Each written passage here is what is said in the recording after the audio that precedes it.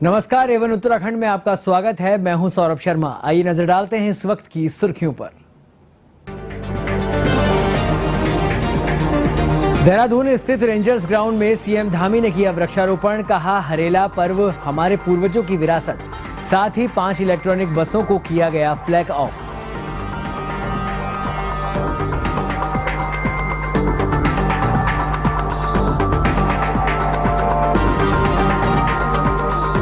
वचन ढूंगा नामक स्थल में बिल्डरों को लेकर आयुक्त दीपक रावत ने लिया संज्ञान। 3 किलोमीटर चढ़ाई का किया निरीक्षण।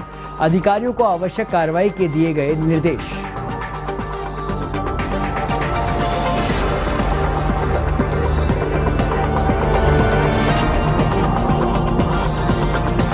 केंद्रीय सरकार द्वारा खाद्य पदार्थों पर बढ़ाई गई जीएसटी दर का विरोध। व्यापार मंडल ने मुख्यमंत्री के नाम एसडीएम को सौंपा ज्ञापन। सेल टैक्स विभाग द्वारा छापेमारी को लेकर भी किया गया प्रदर्शन।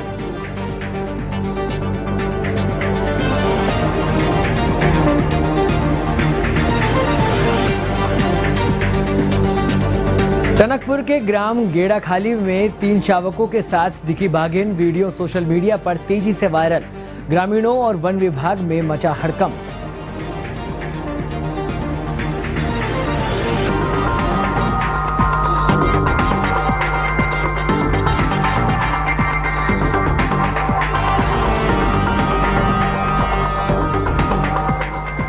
उत्तराखंड में आफत की बारिश। टनकपुर बस स्टेशन पर बारिश से जलभराव तो खटीमा में निर्माणाधीन भवन का लेंटर गिरा। 2 मजदूर फंसे।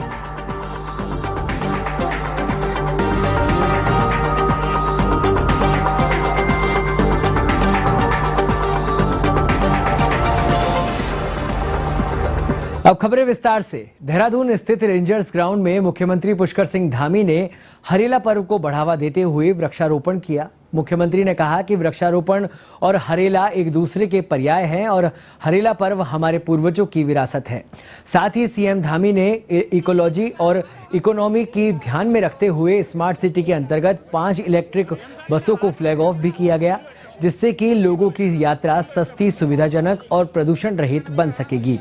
इस दौरान महापौर सुनील उनियाल गामा ने बताया कि यह बसें उन लोगों को फायदा पहुंचाएगी जो कि एयरपोर्ट से आते वक्त अधिक किराया होने की वजह से परेशान रहते हैं। साथ ही 50-50 पेड़ लगाने का लक्ष्य नगर निगम की ओर से रखा गया है।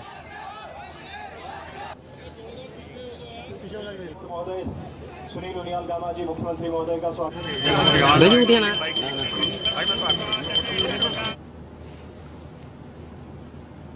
देखिए, मैं सबसे पहले तो हमारे देश के यशस्वी प्रधानमंत्री मोदी जी का धन्यवाद करना चाहता हूं कि हमारे प्रदेश के अंदर, जहां ऋषिकेश के अंदर आज एम्स संचालित हो रहा है और उसमें हजारों लोग स्वास्थ्य की सेवाएं ले रहे हैं, वहीं दूसरी ओर हमारे प्रदेश की ज़रूरत के अनुरूप उत्तराखंड के अंदर एक एम्स का सैटेलाइट सेंटर भी उन्होंने स्वीकृत किया है और उसके लिए हमारी सरकार ने 100 एकड़ भूमि निःशुल्क रूप से स्वास्थ्य विभाग को हस्तांतरित कर दी है और जल्दी ही उस पर एम्स का सैटेलाइट सेंटर बनेगा जो पूरी तरह से सुविधा युक्त होगा और एक बड़े क्षेत्र के लिए, हमारे पूरे प्रदेश के लिए, वहाँ की सेवाओं के लिए, स्वास्थ्य सेवाओं को देने के लिए निश्चित रूप से लोगों के जीवन को बदलने का काम करेगा।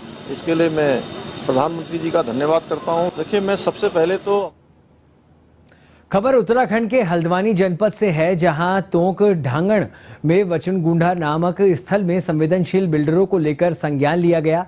ऐसे में मंडल आयुक्त दीपक रावत ने सड़क मार्ग से 3 किलोमीटर की खड़ी चढ़ाई का पैदल चलकर भूवैज्ञानिक वन अधिकारियों के साथ स्थलीय निरीक्षण किया। इस संबंध में मंडल आयुक्त ने स्थल की यथास्थिति को गंभीरता से लेते हुए अधिकारियों को आवश्यक कार्रवाई के दिशा निर्देश दिए। ये मामला विकासखंड भीमताल के अंतर्गत ग्राम चौपड़ा का है। इस दौरान मंडल आयुक्त दीपक रावत ने ग्रामीणों की प्रशासन के माध्यम से सुरक्षा सुनिश्चित करने को लेकर आश्वस्त किया।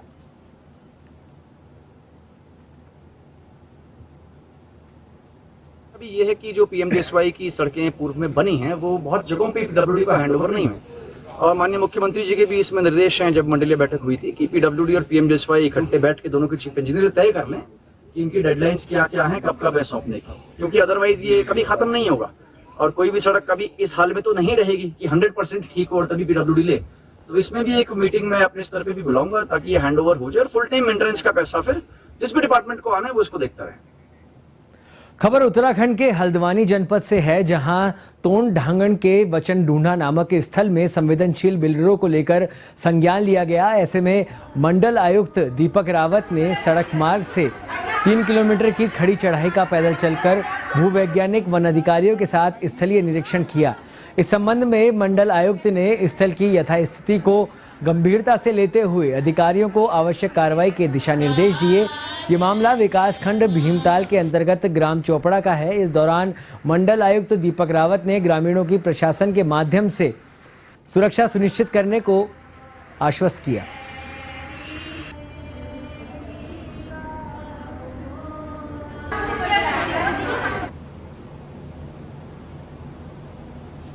महिला कल्याण संस्था द्वारा हर वर्ष जो सावन मेला किया जाता है, उसका मुख्य उद्देश्य हमारा ये है कि हमारी जो कुमाऊनी संस्कृति है उससे लोगों को रूबरू कराना, विशेषकर कन्याओं को और बालिकाओं को, इनको जो भी बच्चे आज की पीढ़ी जो है उसको रूबरू कराना, ये हमारा मेन उद्देश्य है। ये सावन का मेला अब शुरू हो गया है और इसमें हम लोग क्या कहते हैं, मैं कुमाऊं दुल्हन बन के आई हूँ और इसमें हम लोगों ने व्यंजन का भी वो कर रखा है, व्यंजन की भी व्यवस्था की है। तो मतलब जितने भी यहाँ पर दर्शक मतलब गण लोग आए हैं वो हमारे व्यंजनों का स्वाद ले सकते हैं और बता सकते हैं कि मतलब कौन चीज़ कैसी बनी है।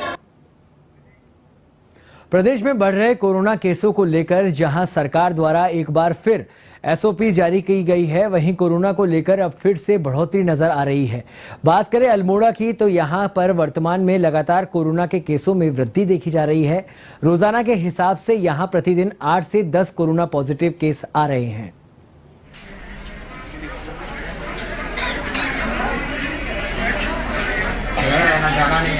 गाड़ी आएंगी, अभी और गाड़ी आएंगी। दोबारा से ये है कि संक्रमण तो फैल रहा है, क्योंकि जिस हिसाब से हम पहले देख रहे थे बीच में इसका ट्रांसमिशन रेट कम हो गया था, अब लेकिन यह है कि नंबर ऑफ़ केसेस जो है बढ़ने लगे हैं। मिड ऑफ जुलाई से हम देखें तो डेली हमारे पास 8 से 10 केसेस आ रहे हैं, जिनको हालांकि कोई ज़्यादा सिक नहीं है, जो सिक केसेस हैं वो कम है, मैक्सिमम जो है माइल्ड सिम्टम वाले हैं, लेकिन केसेस में तो वृद्धि हुई है डेली के।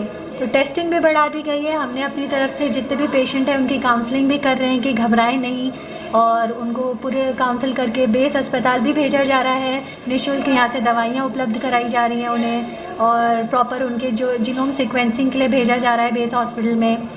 और अगर जो हमें लगता है कि सिक है, जिसका ऑक्सीजन कंसंट्रेशन हमें कम लगता है, उनको हम फिर बेस अस्पताल के लिए कुछ से एम्बुलेंस अरेंज करा के वहाँ भेजते हैं। तो ठीक है, गवर्नमेंट का जो चेन चल रही है केस ट्रैपिंग में और उनका मैनेजमेंट में, वो हमारी तरफ से ठीक चल रही है, और जिला चिकित्सालय में भी टेस्टिंग में वृद्धि हो गई है। आज़ादी के अमृत महोत्सव के रूप में विद्युत मंत्रालय ने अल्मोड़ा जिले में बिजली महोत्सव का आयोजन किया, जिसमें कई कार्यक्रमों और बिजली के क्षेत्र पर लघु फिल्मों का आयोजन किया गया। वहीं बिजली के क्षेत्र की प्रमुख उपलब्धियों को भी उजागर किया गया। इस अवसर पर कई गणमान्य लोगों ने भाग लिया।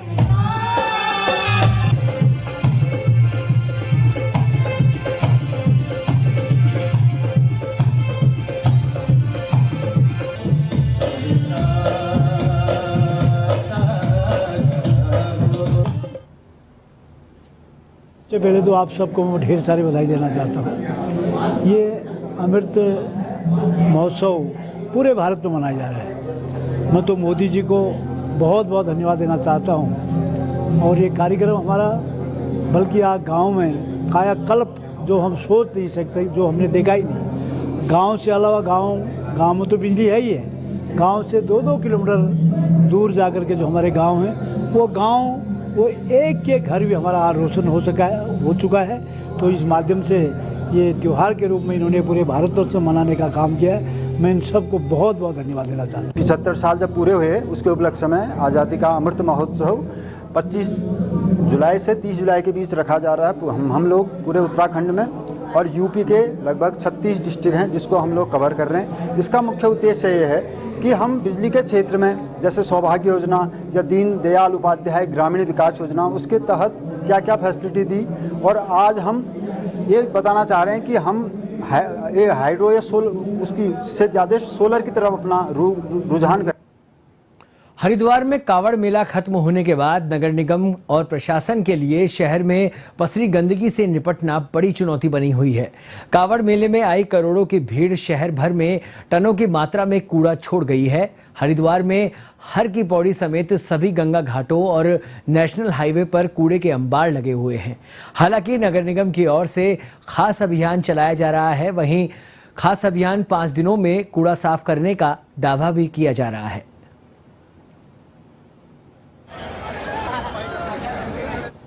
देखिए, नगर निगम का अपना एक प्रोसेसिंग प्लांट है जो कि सराय में वर्तमान में भी चल रहा है, चालू अवस्था में है। तो उसी में हम लोग साइंटिफिकली सारा कूड़ा लेके जा रहे हैं, उसको पूरा प्रोसेस करेंगे हम लोग। तो कूड़े का पूरा साइंटिफिकली हम लोग समाधान करेंगे। और इसके लिए क्या एक्स्ट्रा इसके लिए फोर्स लेबर लगानी? हाँ, हम लोगों ने 600 आदमी आउटसोर्स पे लिए हुए, और हमने जो अपने वार्ड के आदमी थे उसको से भी हम लोगों ने निकाल के हम लोगों ने, क्योंकि हमारे जो बेसिकली जो हमारे टारगेटेड एरियाज़ हैं वो रूढ़ी बेल वाला, सौल क्षेत्र, पंदीप, चमकादड़ टापू, लालजी वाला और हर की पौड़ी के आसपास के क्षेत्र और मार्केट एरिया और बैरागी, ये हमारा मेन पॉइंट है। मैं खुद कल रात से हम लोगों ने टीमें लगा दी थी। मैं कल रात से अपना इंस्पेक्शन भी करके आया हूँ, हर जगह देखा है मैंने। तो हम लोग 4-5 दिन का समय लगेगा इसको पूरा दिन रात काम करके, तभी जाके क्लीन होगा पूरा। ओवरऑल सर मैन पावर की बात करें कितनी? देखिए, हम लोगों ने 1000 आदमी लगा रखे हैं इस समय, और हर क्षेत्र हर जोन में हम लोगों ने करीब 60 आदमी दे रखे हैं। उत्तराखंड के पौड़ी जनपद के श्रीनगर गढ़वाल में अवैध अतिक्रमण के चलते खिलाफ अभियान चलाया जा रहा है, जिसमें पिछले 3 दिन से लगातार प्रशासन ने कार्रवाई कर फुटपाथों, सड़क के किनारे से हो रही अतिक्रमण को हटाया, जिसका असर अब अतिक्रमणियों पर देखने को मिल रहा है। ऐसे में अतिक्रमी खुद की अवैध अतिक्रमण को ध्वस्त करने में जुट गए हैं। श्रीनगर एसडीएम ने कहा कि ठेली वाले अगर नालियों पर अस्थायी अतिक्रमण करते हैं तो उनके खिलाफ कार्रवाई की जाएगी, साथ ही चालान भी काटा जाएगा।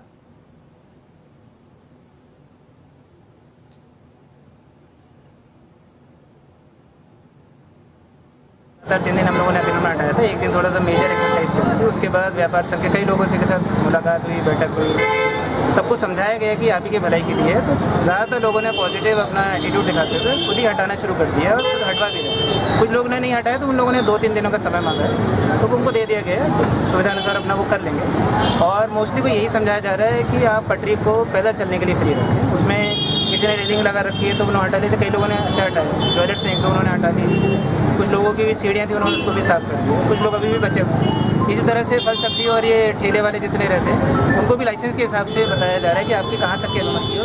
सुल्तानपुर पट्टी में व्यापार मंडल ने केंद्र सरकार द्वारा खाद्य पदार्थों पर बढ़ाई गई जीएसटी दर को समाप्त करने की मांग की और सेल टैक्स विभाग द्वारा व्यापारियों के प्रतिष्ठानों पर लगातार की जा रही छापेमारी का विरोध किया। इसे लेकर मुख्यमंत्री के नाम एसडीएम को ज्ञापन सौंपा गया। इस दौरान व्यापार मंडल के पदाधिकारियों ने अनिश्चितकालीन प्रतिष्ठानों को बंद करने की सरकार को चेतावनी दी। व्यापार मंडल को सूचित करें, दुकानों पर चले जा रहे हैं, छापेमारी कर रहे हैं, उससे व्यापारी को डर होगी। इसमें मांग पूरे उत्तराखंड में ही उठ रही है इस समय, और जो केंद्र सरकार द्वारा दाल, चावल, आटे पर जो जीएसटी बढ़ाई गई है, इससे गरीब जनता पर बहुत भारी बोझ पड़ रहा है। व्यापारियों में भी आक्रोश है, ये हमने अपने ज्ञापन में दिया है। और दूसरा, सेल टैक्स अधिकारियों द्वारा जो व्यापारियों के प्रतिष्ठानों पर छापेमारी करी जा रही है, इससे व्यापारी बहुत डरा हुआ और भयभीत है। हमने अपनी मांग में ये कहा है कि अगर कोई सेल टैक्स अधिकारी किसी प्रतिष्ठान पर व्यापारियों के जाते हैं तो उससे पहले व्यापार मंडल को सूचित करें। अगर उनके द्वारा ऐसे बिना बताए आगे भी छापेमारी करी जाती है तो व्यापारी जो है इसका विरोध करेंगे। हम अपने जो हमारे व्यापार मंडल है, हमारी जो दुकानें हैं, जो हमारे प्रतिष्ठान हैं, हम उन्हें अनिश्चित काल के लिए बंद कर देंगे।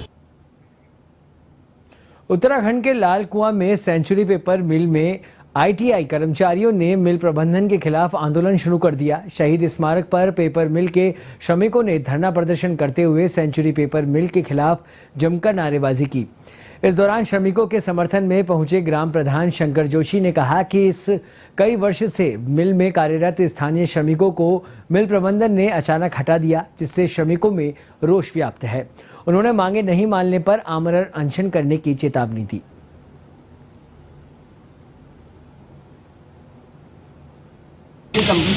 कहना चाहूँगा, अगर तुमने उत्तराखंड में अपने कारोबार को सही रखना है तो तुमको उत्तराखंड के लोगों से प्रेम करके और यहाँ के लोगों के साथ तालमेल करके करना चाहिए।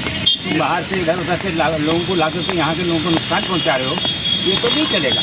सरकार की नीति तो है ही नहीं, कोई नीति है सरकार की? मोदी और अमित शाह जो कहते हैं वही नीति है। बाकी RSS की इसका गुप्त में क्या करता है वो जानते होंगे, उसका पता किसी को नहीं चलता, ये तो आप भी जानते हो। सबका धन्यवाद, इतनी बारिश में भी आप स्थानीय लोगों को इतना महत्व दे रहे हो। और हमने पहले भी आपके माध्यम से प्रेस करी थी, उसके माध्यम से भी हमने इनको चेताने का काम किया था, लेकिन ये लोग चेतने वाले नहीं हैं। उसके बाद हमने जिला प्रशासन को भी एक ज्ञापन दिया था कि 27 तारीख से हम वहाँ पर धरने में बैठेंगे। तो हम आज यहाँ पर धरने में सुबह 10 बजे से हम लोग यहाँ पर खड़े हैं और इतनी लगातार बारिश हो रही है। अल्मोड़ा के पांडे खोला में इन दिनों लगातार तेंदुए और जंगली जानवरों की आवाजाही से मोहल्ले वाले दहशत में हैं। आपको बता दें कि मोहल्ले में तेंदुए द्वारा पालतू कुत्तों को निवाला बनाया गया है। इसके साथ ही मोहल्ले में 2 दिन पूर्व भी तेंदुए का शावक मिला है, जिसको लेकर और खतरा बढ़ गया है। वहीं सभासद अमित शाह ने वन विभाग से मांग करते हुए कहा कि जंगली जानवरों और तेंदुए के लिए वन विभाग को कोई ठोस कदम उठाना चाहिए। जिसमें तेंदुआ यहाँ पर से एक कुत्ता वहाँ पर को जो घूमता है उसको उठा के ले गया है। इस समय मेरी रेंजर साहब मोहन राम जी से भी वार्ता हुई है। वो परसों भी रेंजर साहब क्या हुआ था कि वहाँ पर एक बाघिन का बच्चा हमें घायल अवस्था में मिला था, जिसको हमने वन विभाग के सुपुर्द किया। उसके बाद रेस्क्यू सेंटर वन विभाग वालों से ले गया, बच्चा ठीक है। तो उसकी माँ को ढूंढने के लिए लगातार मोहन राम जी का भी प्रयास वहाँ पर चल रहा है। परसों रात भी 1:30 बजे करीब उनका फ़ोन मुझे आया था कि हम आप ही के स्पॉट पे हैं, वो देख रहे हैं। और अभी वाला वीडियो के बारे में भी मैंने उनको बता दिया है। तो आज वो बोल रहे थे कि इसके लिए हम थोड़ा गश्त वस्त वहाँ पर करेंगे, क्योंकि वहाँ पर को काफ़ी तेंदुए का आतंक रहता ही है, काफ़ी मात्रा में तेंदुए वहाँ पर घूम रहे हैं। तो कह रहे हैं कि इसकी हम गश्त यहाँ पर बढ़ाएंगे और आज भी वो निश्चित रूप से वहाँ पर को गश्त करेंगे। खटीमा में रुक रुक कर हो रही बरसात के कारण एक बड़ा हादसा हो गया। पीलीभीत रोड पर निर्माणाधीन भवन का लेंटर गिर गया, जिसमें 2 मजदूर फंस गए। लेंटर गिरने की सूचना मिलते ही पुलिस और फायर ब्रिगेड की संयुक्त टीम मौके पर पहुंची और मलबे में फंसे दोनों मजदूरों को निकालने का प्रयास तेज किया गया।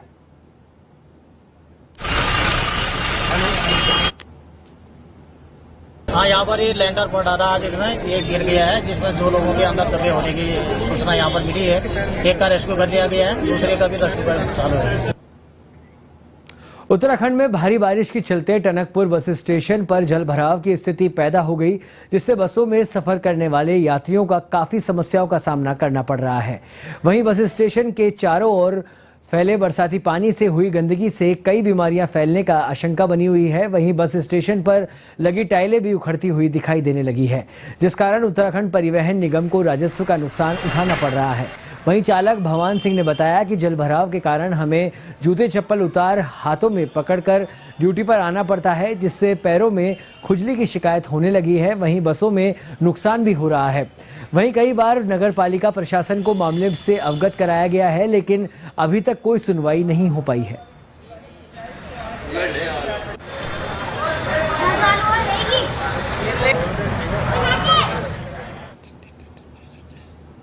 पहले तो इसी टाइल लगाया जाए, इसमें पानी भरा जाए। हमारे आने ऑफिस आने के लिए भी बड़ी परेशानी है।